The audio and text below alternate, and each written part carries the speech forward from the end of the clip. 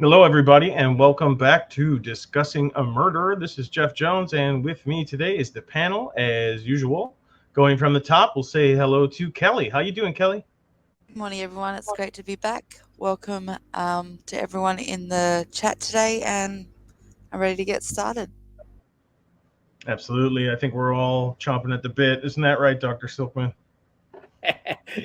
Yes. Hi, Jeff, and hi, panel, and hi to everybody in chat. It's great to be back, and yeah, let's rip into this. Can't wait. Let's rip into it.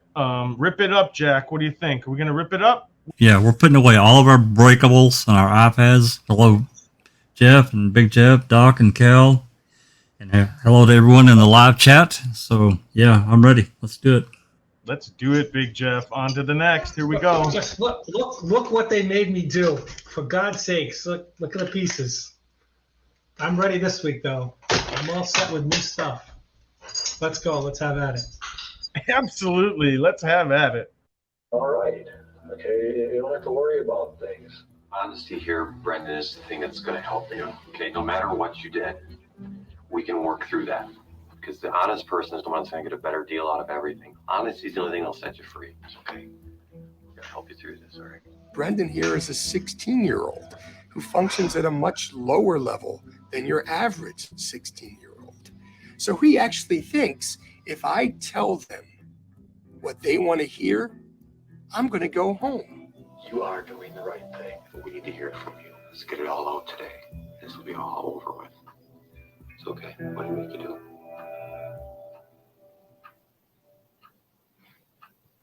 Cutter Cutter where? on his throat. While getting an admission is powerful evidence, what they need to get a conviction is to have the suspect give the police officer the details of the crime that only the true perpetrator would know. Now, this is a real problem for an innocent person. How does that happen? Well, it happens through the third error, which is the contamination error. Fact feeding.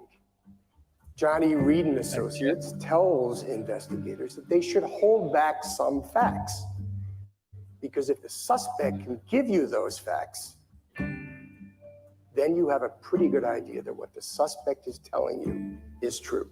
Both Fassbender and Wiegert are coercing Brendan, right? They're basically trying to get a narrative of what occurred to Teresa Hobart.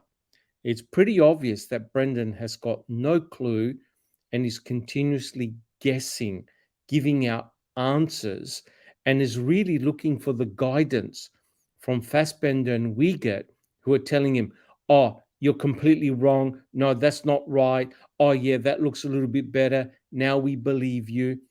Unfortunately, and Big Jeff will, I'm sure, back me up, this is the consequence of when you've got a vulnerable child and you've got the Reed technique, a complete disaster.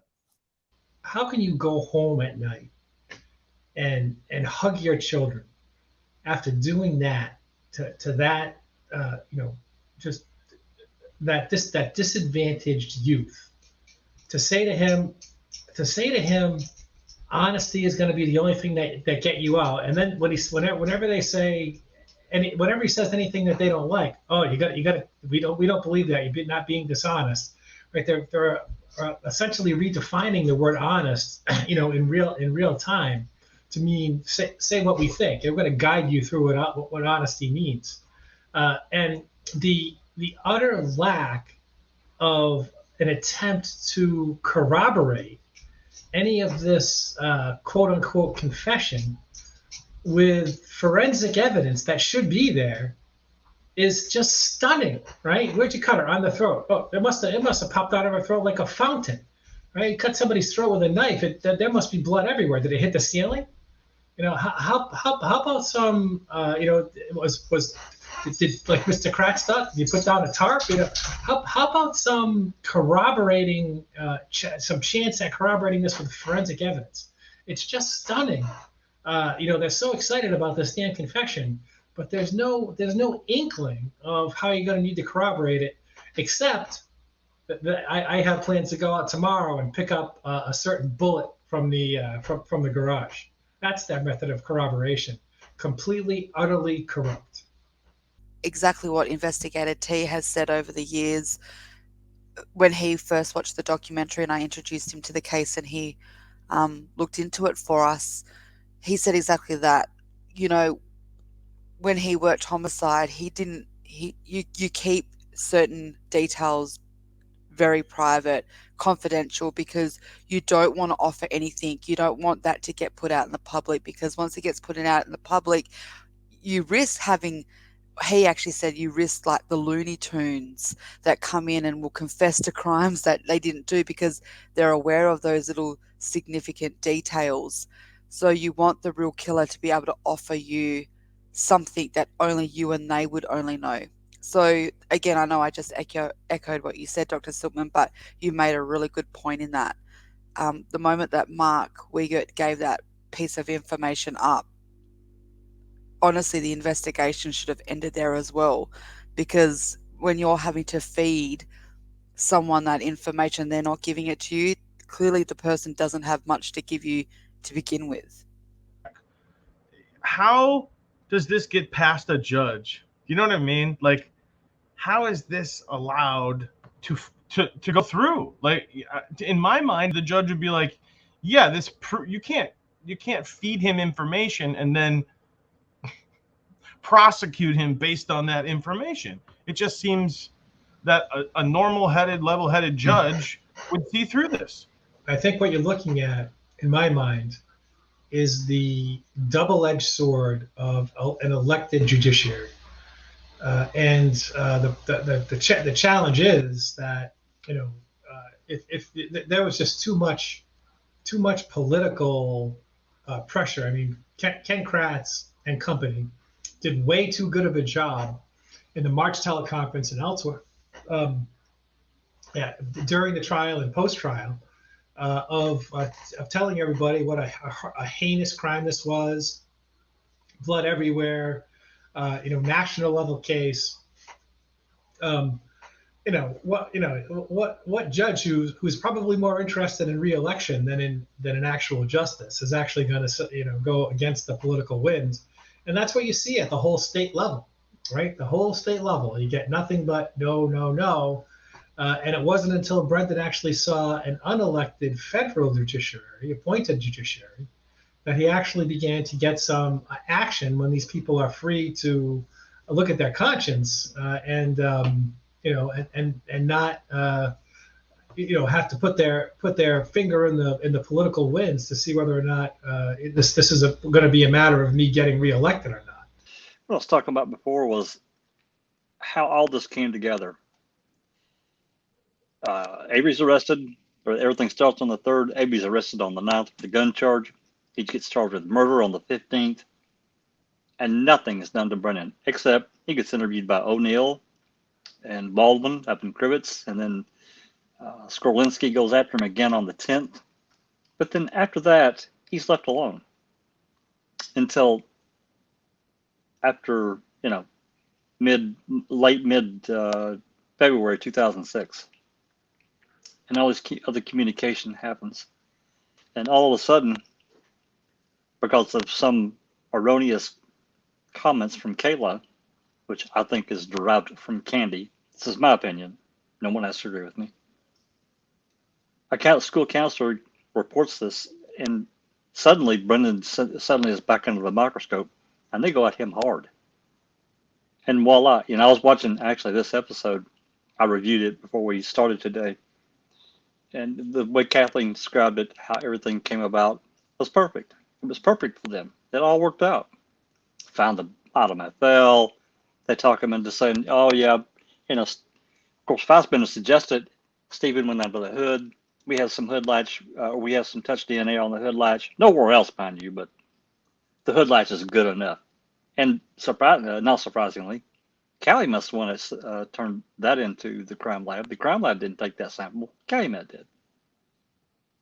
But the way they treated Brendan, I agree with you, Big Jeff. How do these people sleep at night? How do they look at their children and their wife and their family? Is this a story they tell at Thanksgiving when all the big families get together and Christmas? This is their Christmas story. how they tricked the slow kid and got him sentenced to life in prison so they could get Avery? Is that what they do? What else happens to her in her head? These officers fed him the 3 critical facts that were not publicly released before Brendan's interrogation. Teresa Hallbeck was shot in the head. Her personal items were found in a burn barrel on the Avery salvage yard. And the fact that someone went underneath the hood of the car and did something with the engine. It's extremely, extremely important you tell us this for us to believe you.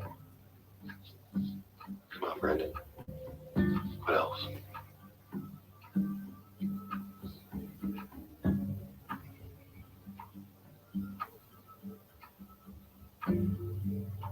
We know, we just need you to tell us.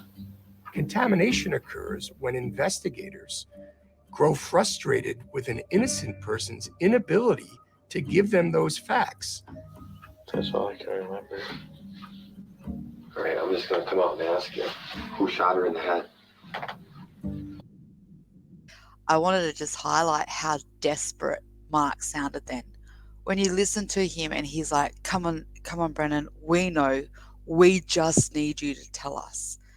That comes across to me as desperation, like we're struggling here, we need more, and we've put all our eggs in your basket now because we're riding this wave in, and that is we need someone to confess, or someone, especially Brendan, who was Stephen's alibi, to almost turn against him. I know that we've all kind of brought this up before, but let's just highlight it again. Do you think that they were ever expecting Brendan to come along and fit in, or do we think that they saw an opportunity within these few weeks and took it, in terms of turning Brennan into a co-conspirator versus a witness or helping Stephen's alibi? Oh, co-conspirator, absolutely. They saw an opportunity and they took it.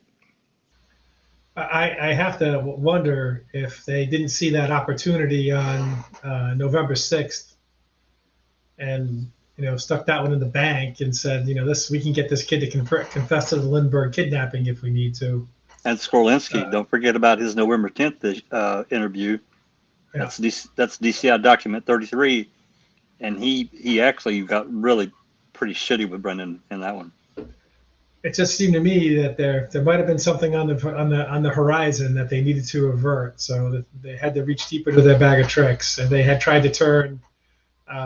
They just got done trying to turn Jody. Before that, they were going after the Marie situation. They're running out of their bag of tricks. So they're kind of going through their bag of tricks one by one, and the next one was Brendan, which fell into their hands thanks to the candy incident. I firmly believe, I'll always say, that they needed to do something before the property bond, which was coming up. It was literally a couple of weeks away from now. And Stephen was on the phone with his family saying, there was just literally another murder suspect who was let out of jail on property bond. The exact same situation, not as big as a story as Teresa Hallbeck, but a murder, accused murderer got out on a property bond. Exact same situation. What were they going to do? How are they going to say it's no to Avery when people in town are saying, and the cops are setting them up, and they said they just had that, within a week ago had said yes to this person. So there's a couple of situations there, but that being said, I believe that that they knew that they could get Brendan to say anything, and when they finally did go to Brendan, it was getting to their last resort because something needed to happen. This all started at Crivets, November the 6th, I believe, when O'Neill was interviewing Brendan. And remember, the story was actually very, very simple. Brendan initially told O'Neill, hey, look, me and my brother Blaine, we got off the bus at about 3:45. We walked down the gravel road. We both went into our trailer, into our home. I played video games. My brother did such and such, and that was it. And he was specifically asked, look, Did you see Teresa? Did you see her vehicle? Did you see Stephen? No, no, no. And then, of course, Skalinsky comes in, talks to O'Neill, and talks about what the bus driver saw. And then you can see that O'Neill started to become more aggressive with Brendan, saying, come on, Brendan, if the bus driver saw the female photographer and all the kids on the bus saw the female photographer, he lied, then surely you must have seen the female photographer. And regrettably, on November the 6th, Brendan gave 3 different versions of what occurred that day. So they would have put it in the memory banks to think, hey, wait a minute. Brendan actually saw Teresa, her vehicle, and Stephen, which means that he directly saw the victim. They would have then known, oh, wait a minute, how much is he a witness? Is he a witness to what Stephen did? Or is he in fact a co-conspirator? And the way it panned out, he implicated himself as being part of the murder. And, the rest is history. That poor kid is now sitting in prison for life for something that he never did. I just kind of want to go back to what Big Jeff had said. I think Big Jeff had just mentioned that the property bond for another murderer was granted. I think the important part to mention about that, Big Jeff, is it's out of this world. It is, and that's why they would have had trouble, I think, denying Stephen's property bond. But in yet another miracle, Brendan confesses about a week and a half before the property bond ruling happens. And what happens right after Brendan's confession? The March 1st press conference, where not only does Ken Kratz put on a dog and pony show for the world to see, but he gets to add 3 more charges, and gets the judge to up the bail to the point where the property bond is no longer of sufficient value to be able to cover it, to cover the bail. Right, went up from $500,000 to $750,000, and fortunately for the state, they didn't really have to answer that question, even though the property bond, I think, was denied. I'm not sure which one he did first, whether he added the 3 charges first or denied the property bond first. But it's just kind of clear what happened. He's much too dangerous now that we know this about him. Now that we have a confessor, to be granted this property bond, he can't be let out. He's much too dangerous. And to Kel's question, you almost wonder whether or not whether it crossed the mind of Wiegert and Fassbender as to, with regard to, is he a witness or a co-conspirator? Whether or not we have him as a witness. Should we keep going? Right? You wonder if that crossed their mind. Should we keep on going? And I don't know. I wasn't there. I'm not them. I'm not inside their brain. But you have to wonder, right? If this is as nefarious as the panel thinks, and I think the panel thinks it's nefarious for a lot in a lot of different ways, from a lot of different dimensions. If they had made that decision, as Kel suggested, sort of Kel intimated with that question, whether that was because of the same reason that Dr. Silkman just talked about for Stephen, they kind of needed to keep Brendan in jail too, right? Because if he's out, if he's not a co-conspirator, and all of a sudden the press starts coming up to him, starts asking him questions, what's he going to do? Fassbender and Wiegert knew, hey, wait a minute. He's either a witness and he saw something, or he's actually a co-conspirator. If he's a co-conspirator, we can arrest him, right? Therefore, the press can't get access to him, because Big Jeff, you're correct. Imagine if he comes out and he goes, oh my God, those 2 investigators, they elicited a false confession from me. I went over there with Stephen. I did A, B, C, D. I never saw Teresa. I never saw any of this. Could you imagine? The entire case against Stephen can fall apart. So they were really clever by arresting Brendan and keeping Stephen in prison. man, it was heaven. was For the investigators, it was a evil. win-win. He did. Why didn't you tell us that? So I couldn't think of it. Now you remember it? Tell us about that then. They wanted this information in the worst way, and they got it in the worst way.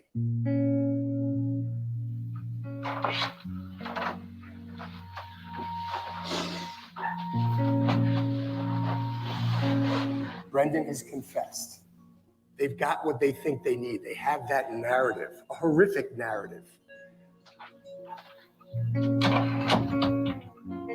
Note that he recants at the very first opportunity when he and his mother are alone. What happened if he says something like his story is different, but he says he admits to doing it? Jeff, What do you mean? Like if his story is like different, like I never did nothing or something. Did you? Huh? Not really. What do you mean, not really?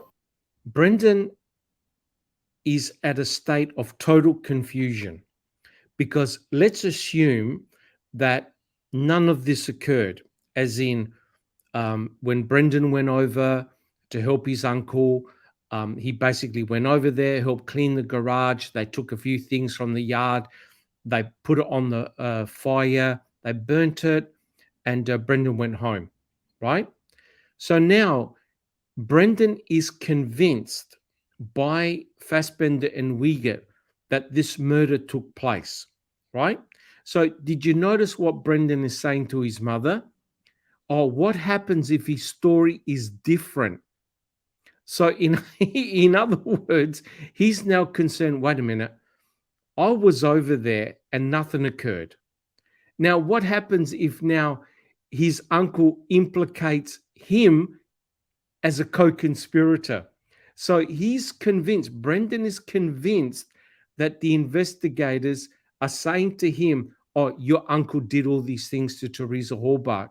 He can't work out how that was possible, and he's now conflicted, thinking, oh, what happens if my uncle's story is different to mine? Isn't that remarkable? It absolutely is. And when I look at this, I mean, it's the same thing for me, Tony. That this is the deciding moment, right? Because Drizzt and Nyrider have this down to a science, and the phrase you very often hear from those two is that in this false confession, they overcame his will, right? And in that moment, look at him. Listen to how he sounds, right? He's holding his head, just like you said. He's confused. Correct. Is this someone? This is someone whose will was just he knows that he just effed up royal, right? He knows it. But he continued to do it. Why? His will was overcome. I mean, he would be saying much different things if he was actually guilty. He would be saying, well, what if he's looking for an out, and his out. What if Steven says something different? And I think that's why interpretation of everyone individually is really important, because when I hear him say it, I agree with you guys. I think when he says, oh, what if my uncle says something different? My head straight goes to, he's almost like he's relying on that for me. Like, that's how I think, like he's relying on, oh dear God, I hope Stephen has a different story, because it will undo all the shit I just said, because it won't make sense. Therefore, like he said, what if his story is different? He did do it, but I'm not a part of it. Does that, for me, it makes me think that Brendan saw the opportunity there that they will then leave him alone. I also think that he also is very aware at the back of his mind there might be consequences, because I think for him right now, the worst thing he has done is lied. And he knows he's lied to them. He's given them what they wanted based on what they needed to hear, but it wasn't his truth to be told. So I think being on this part of this with Brendan speaking to Barb, I want to get Jeff Jeff to play it out, because I think the most important critical bit where we just paused it is coming up, and I think that will speak volumes. Not really. What do you mean, not really? They got to my head. Huh? Same thing. That's what I was looking for. That's what he says. They got to my head to say anything, and I think that's what he was for me. Again, this is how I interpret it when I watch it, and I can see this kid said anything, and he knows the worst thing that he did was lie. He said anything. Well, sounds like his attorney is also saying, echoing what you're saying. That's what Drisden just said, right? They got to my head. So it's not just you, Kel. I think we're all in agreement there with you that this is the moment. This is the moment, and they jump in and they hear it and they know he's recanting. And I know we've said this on past episodes, but that's the moment. And you could tell as soon as his mother came in, it grounded Brendan. Brendan went back to reality. And look what he's doing. He's putting his head in his hands. He knows he's fucked up, right? And now he's in deep, deep trouble. And notice what the investigators do. The investigators rush back in. They don't want Brendan to say any more to his mother. And even after all this stuff, and after he realizes he's fucked up, he still is surprised that they're going to take him off to jail, right? You realize they're going to take you to jail, right? Like for what, a day? Remember, he says for what, like a day? Correct. They're going to go to jail for a day for lying, right? Like he is Stephen's alibi, right? So if Brendan says, "Hey, look, I went over and I helped my uncle. When I was there, I didn't see Teresa, her RAV4, or anything nefarious. When I went over there, I helped my uncle clean the garage, and my mother rang me up, and I then came back home." The investigators can't have that narrative. The investigators are reliant on Brendan being a witness to a horrendous crime. But to their delight, not only was Brendan a witness, he was a co-conspirator. So it's a slam dunk for the investigators. They're going, "Thank you very much. You're the star witness. Oh, you've implicated yourself? No problems." And what happens to Brendan?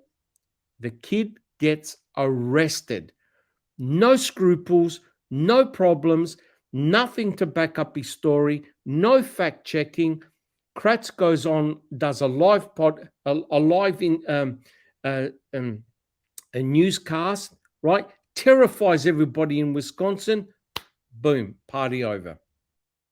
You can really mark the Kratz news conference as the point in the case where people forget 1985.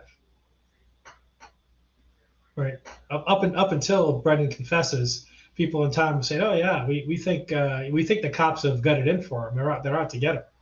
But right after the news conference and Brendan's coerced confession, that's the official ending of the 1985 case in my mind.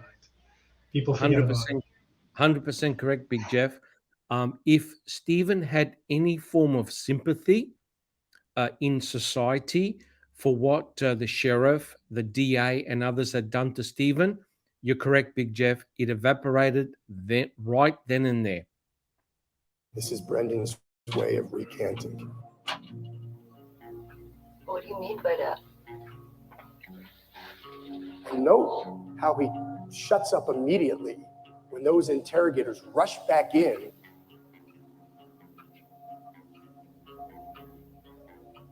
What do you mean by that, Brendan? The best interpreter of what Brendan meant by "they got to my head," the only real interpreter, was Brendan's mother. Were you pressuring him? Who are you talking about? Him. What do you mean pressuring him? When talking to him. No, we told him we needed to know the truth. We've been doing this job a long time, Barb, and we can tell when people are telling the truth. God, does I want to smash my iPad over here. We've been doing this so long, we can tell when people are lying. Or you got a genie lamp over there or something, buddy? Because that's why we collect evidence. That's why we collect timetables. That's why we interview people, because you don't actually know. I'm sorry. I'm really ready to smash over here, guys. If this doesn't get your blood boiling, you're not a human being. It's really the case. And these two people, especially, poor Brendan. Even people who believe Avery may be guilty, but Brendan, how is it possible to believe that Brendan did it? It's just not believable in any universe that he had the audacity to be able to do that, especially when she's pleading for her. It's just not believable. Not believable in any way. When Wiegert said to Barb, we've been doing this for a long time, so they know what the truth is. That moment there, guys, is where they close shop and close ranks. In other words, they were never going to admit that Brendan was coerced, that his confession was bullshit, that it could not be backed up by any forensic science, nothing. So they knew, they got it in the can, they got his confession, they did their job, they were not going to reverse it. Because if they gave Brendan any form of leniency, the case would have fallen apart, right? So Kratz had to run with that story, and he had to put it out in the media immediately for maximum impact. When I watch that, I always think, go, Barb, go. Like, you could see as her mother instincts, or just as a woman, like, you can see where she's reading her son, she's picking up his vibe. You hear Drizzen say it. The only person that knew Brendan at that stage was Barb, his own mother. And when I think, go, Barb, go, give it to them, unfortunately, it's too late. And that's when Dr. Silkman's saying that they closed rank, they closed shop. Yeah, they got what they wanted. Whatever Barb could have said after to even try to fix it, they didn't give a shit. They got what they wanted. Shut that shit down. Stop allowing these two to change the potential outcome of what was just said, and let's get it on. It's so absolutely disgusting. The thing is that moving forward after this, whether Kratz or the state agrees or not, they were co-defendants, period. And even moving forward, these tricks that they pulled, hoodwinked to get by the legal system, what do? They end up right before trial. We really need to separate Brendan and Stephen out. Why weren't they tried as co-defendants if they did it together? There's a reason for that, and we all know what it is. Well, at least part of the reason. They couldn't know for sure that Brendan was going to testify, but that chance existed, and they did not want Brendan to be able to be cross-examined by the Stevens defense. They pulled another trick with Adam FL, right? That shit was pulled because of what Brendan allegedly said. So they got that search warrant to go in on March 1st. However, the defense wasn't really allowed to question that aspect of it at Avery's trial. And I don't know if that was a missed opportunity, but that's how Adam FL got into Stephen's trial. It wasn't from anything that they found on Stephen. It was what they did to Brendan. How's that shit work? But imagine if Brendan never opened up his mouth, you would not found anything regarding the hood latch swab. Nothing. The touch DNA underneath the hood latch, which was absolutely detrimental to Stephen. Absolutely detrimental to Stephen, because now they had another DNA source against Stephen. Not only did they have his blood inside the RAV4, which, you can say, hey, it could have easily been planted, which, we've discussed many, many times. But now Kratz made the mockery of saying, well, are you now trying to insinuate that officers went around with a container of Stephen's sweat? Right? So, people are listening to this thinking, nah, there's no way they could have planted sweat DNA, right? But we already know, and we're going to discuss it later on, about the potential of swapping a swab to get that touch DNA underneath the hood. So there would have been no hood latch swab. But as Jack 61 alluded to, the number one item that tied the story all together is item FL, the bullet. Absolutely. Hey, there's one more thing here too, guys, that, we all, and this is off kilter from, the items that were mainly discussed, but that Rambler hood that was over there at the RAV4, if Brendan helped Stephen carry that hood over there, why didn't they dust that son of a bitch for fingerprints? As far as I know, they never did anything that I can find to this very day. If Stephen was such a good shedder, where's his DNA outside of the RAV4? That's right. Or on the battery. That's right, on the battery terminals. And what's remarkable here is the reason why Fassbender was telling Brendan about, did Stephen go under the hood? It had nothing to do with touching the hood latch. It was because they knew that the battery terminals were disconnected, right? That's right. They wanted Brendan to say, my uncle went under the hood and disconnected the battery terminals. Boom, you got him. But what does Brendan actually say? I think he went under the hood, but I didn't see it. Did they actually test the battery terminals? Did they look for blood? Did they find his DNA, Stephen's DNA, on the battery terminals and anywhere else under the hood?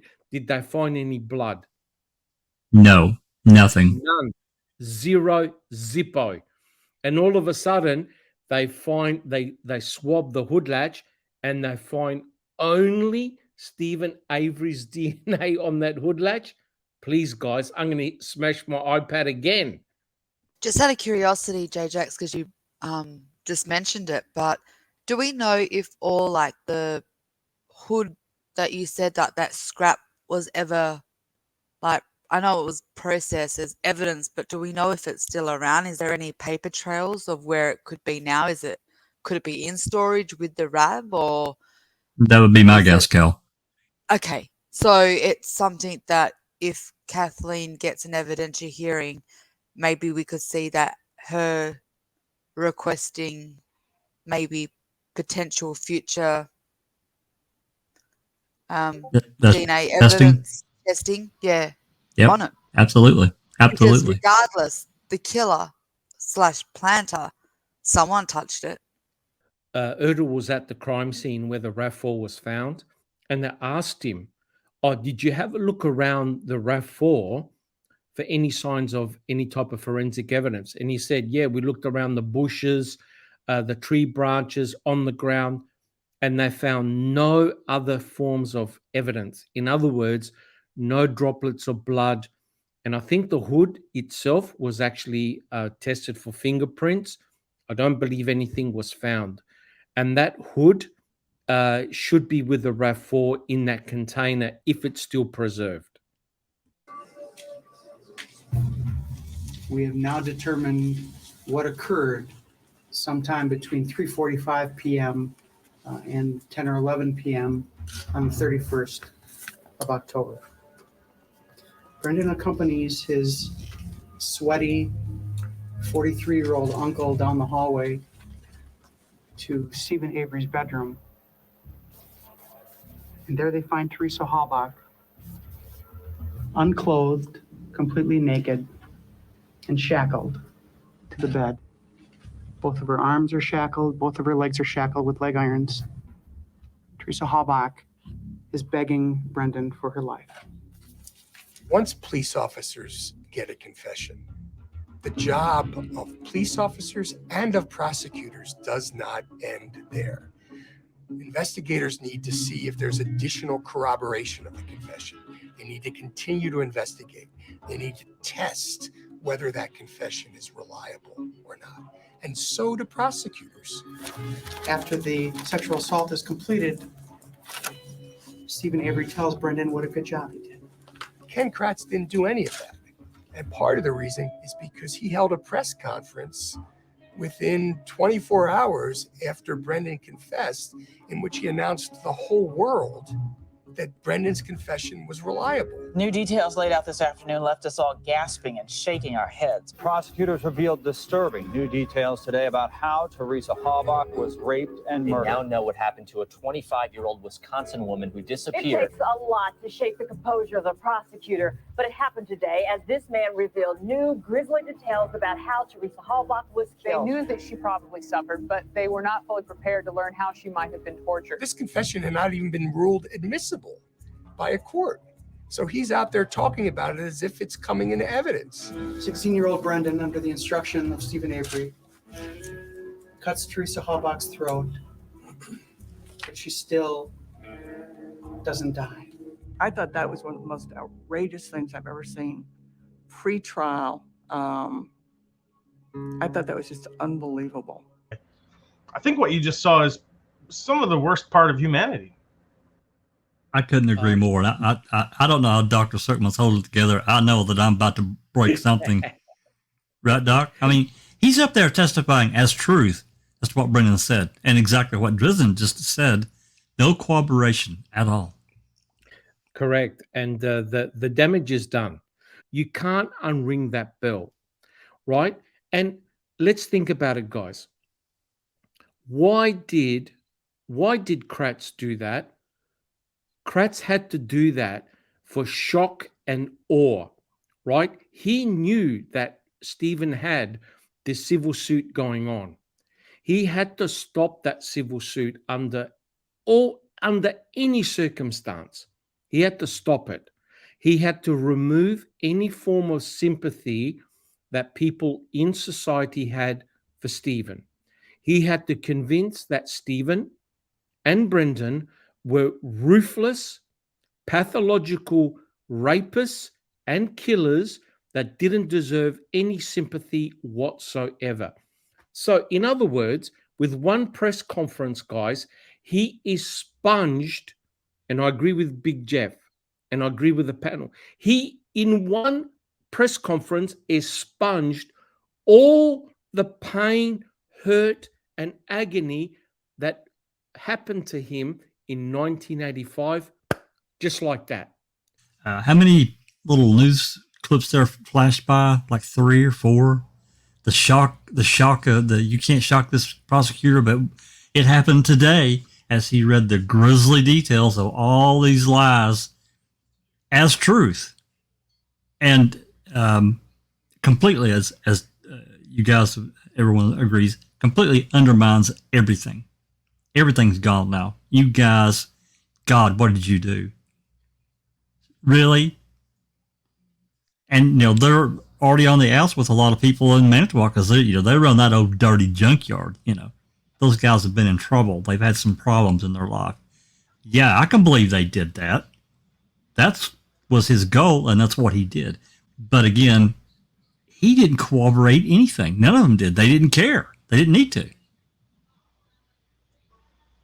Very true, Jack. And, the effect that it had was the poisoning of the jury pool, because both Ken Kratz and Kathleen Zellner, I was going to say both good lawyers. Ken's not a lawyer anymore, doesn't have a law license, but they recognized the value of the court of public opinion. Kratz, especially prior to the establishment.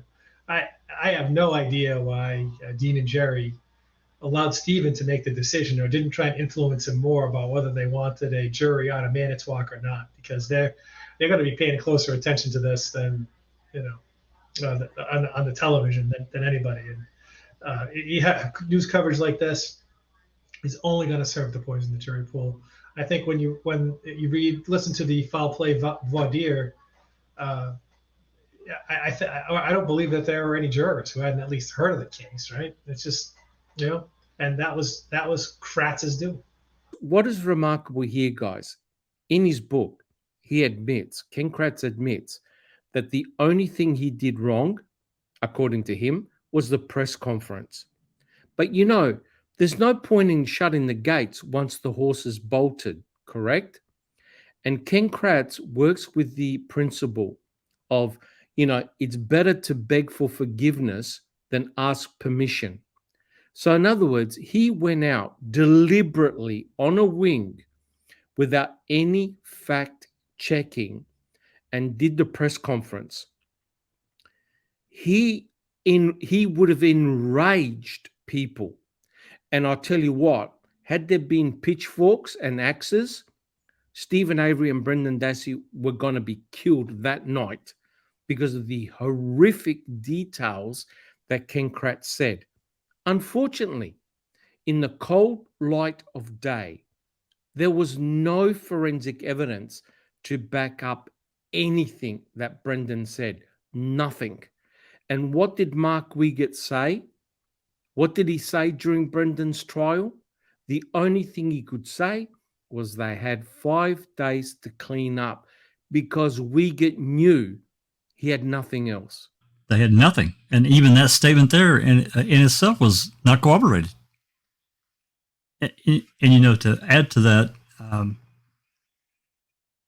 I have to wonder what, thinking back, you know, let's think about Fallon. He's an AAG, an assistant attorney general for the state. During this press conference, he's on board and he doesn't do anything. Nothing. He just allows this stuff. He had to know the same as we know today, and probably many people back then. It was uncorroborated. They didn't check anything. They just went out, had this big shock and awe press conference to destroy the case, and they did from that day forward. Those cases were effectively destroyed. And then, of course, you know, eventually Brendan gets the actual real destroyer of his case, Lynn Kaczynski and O'Kelly, but that's a different story. And O'Kelly, correct. Yep. And, you know, what still does my mind is that Fallon, during Brendan Dassey's trial, had the audacity to say, innocent people don't confess.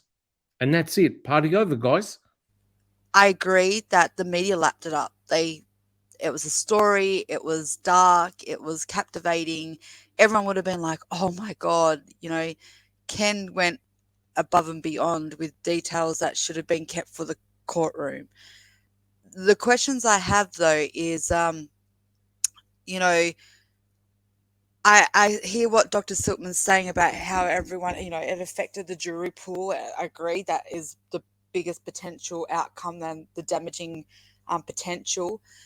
But I also agree, I also have heard that the locals didn't really give a shit about Stephen Avery. Not everyone was actually following this case. It wasn't national in terms of bigger than, I think, Wisconsin at that stage. It was, I'm not quite sure if it was tight-lipped, as in it didn't go too far out, if it was just more local news. The question I have, though, and this is just a yes or no to everyone on the panel real quick so then I can elaborate more on it, but we'll start from Dr. Silkman, Big Jeff, Jack, and then Jeff Jones. Just a yes or no real quick so I can make my point. Do you believe that it affected the jury pool? The Ken Kratz's... Yes. Okay. Yes? Yes, absolutely. And I agree. In an overall sense, I agree that the whole purpose was to affect the jury pool, to limit the potential jurors that could come in that could be more favorable to Stephen.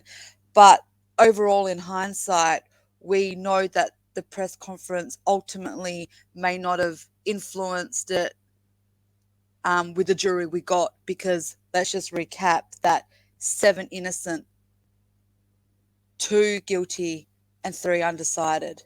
If this press conference did hurt everybody, I don't think we would have had that balance at the end of the trial as well, because that would have been always lingering in the back of their mind. So I agree, as an overall, it limited down to, you know, not having more to choose from. But in an overall sense, and like I said, in hindsight, what we know now, I don't think it actually played a part with the jury we got.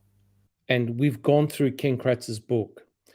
Ken Kratz was incredibly envious of Stephen Avery because Stephen Avery had achieved star status as the poster boy for the Innocence Project, right? The Innocence Project had achieved an incredible success by getting his DNA tested and hence proved that what happened to him in 1985 was a setup.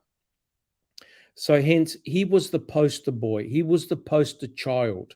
Plus, Stephen Avery had a massive civil suit against the sheriff, the DA, the MTSO. So there was a lot at stake here, a lot to lose for the state if Stephen walked free with Brendan. So there was a sting to the tail. And just to show you how ridiculous this is, what happened to Christine Rudy was exactly what happened to Teresa Halbach. This poor woman was a young woman. She was pregnant.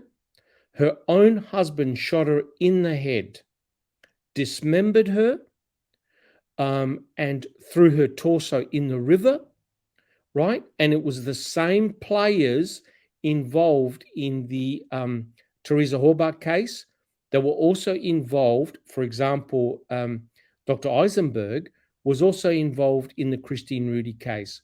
I'll tell you right now, the Christine Rudy case didn't even raise eyebrows. No, I mean, you try and find information about Christine Rudy, there's bugger all. Yet, have a look at the Stephen Avery, Brendan Dassey case. It's gone bananas because it's such an incredible human story, because there was prior precedents of what happened to Stephen. There was a lot at stake, right? And look what the Innocence Project did to Stephen. They abandoned him, right? They never took up his case. So they abandoned him. So the question is one murder more important than another? Of course not. So why all the attention on Teresa Halbach? Why no attention on Christine Rudy, who died in the same horrific manner? So why the attention to this particular case? If you can answer that, we can understand the hysteria that we find ourselves in right now. Absolutely, Dr. Silkman. I think that's a good point. We have to move on to the next. Take it away, Big Jeff, and give us a little wrap up. This was a pretty involved episode we just went through. We had a lot to say, so I don't know if you can cover it all, but there you go. It was an involved episode. I think we probably covered all of about, 11 or 12 seconds of the documentary. Maybe a couple minutes. This part of the documentary was absolutely masterfully edited by the filmmakers. Thank you to all the people in the chat who've been with us for episode after episode. We're into episode 20 something, and you don't have to believe us, right? The people on the panel.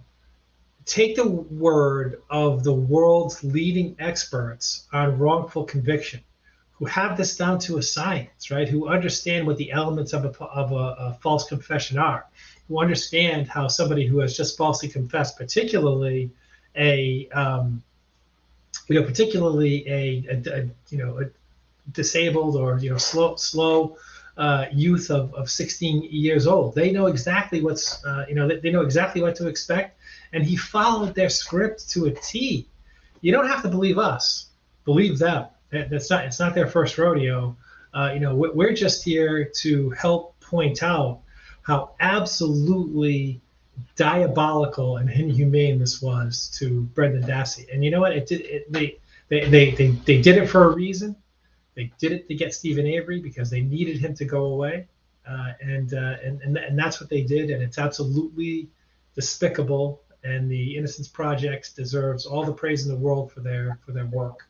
And this was, to me, just sort of a master stroke in presenting exactly as much detail as needed to be presented to sort of make that point and drive it home to the viewer. So that's what I have to say about this episode. Thank you so much there, Big Jeff. Really appreciate those comments. I couldn't have said it any better. I think you really got to the crux there. Dr. Silkman, if you wouldn't deliver your wrap-up comments, please. Well, as per usual, an excellent discussion from the panel members, and I hope that people in chat really appreciated it. But it's remarkable. We only covered, about 5 minutes of the episode, but it is a very emotive case. And it goes to show that, when a young child is interrogated in this manner, it's very important to have either an adult or an attorney present to make sure that the interrogation goes off in a fair manner like this. And what is disturbing for me is how the Brendan Dassey's case is used by professionals all around the world on how not to conduct an interrogation. To me, that's the biggest message that I have obtained so far. Thank you very much. Thank you, Dr. Silkman. I appreciate those comments. And Jack? No, like I said, I watched the episode prior to us coming together tonight, and I know exactly what you guys are talking about.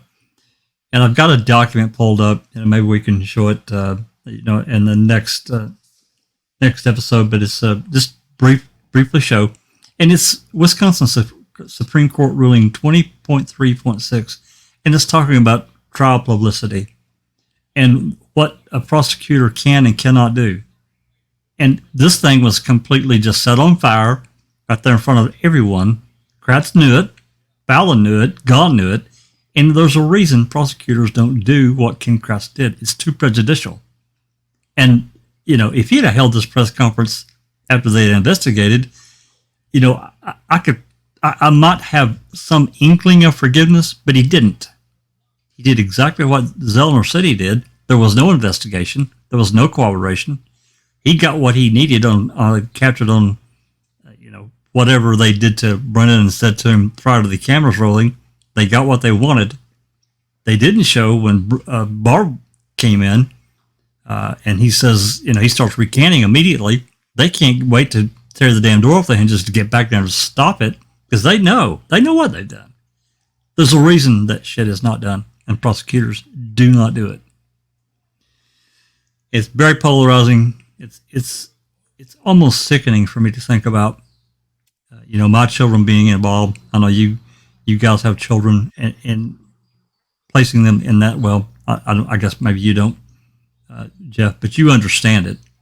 Having, children placed in that situation, especially a child that is slow, is socially awkward, is an introvert, has issues dealing with, and can't defend himself against two veteran law enforcement officers, and they're working him. They've been working him. March 1st, they'd already been working on his kid. He'd already been through the ringer, going all the way back to November. I'm sure that who the hell knows what happened between November, when they got home. He's 4 or 5 months at home, and there's still all kinds of shit going on. There was. We're not privy to that. So, yes, some really great stuff, man. Hey, thanks to the panel, and thanks for everybody joining us in the live chat. And as Big Jeff says, on to the next. On to the next. Big Jeff's getting a lot of callbacks on this episode. Kel, if you wouldn't wrap it up for us so we can get out of here and move on with our lives and go on to the next. Sure.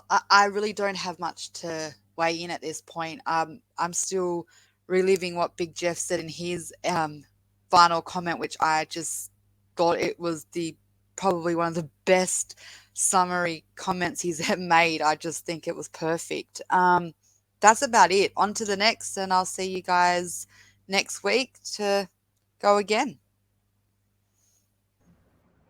Well, thank you, Kelly, for those comments. And thank you to everybody in the chat for following along with us. Thank you for everybody who's been watching and enjoying our videos and commenting. Really appreciate that. And remember, the The best way to support the channel is to like and subscribe, hit the little bell button so you get all the notifications, and share it on your social media. And that's it for today. So for Kel and Dr. Silkman and Big Jeff and Jack, this is Jeff Jones saying this has been Discussing a Murderer.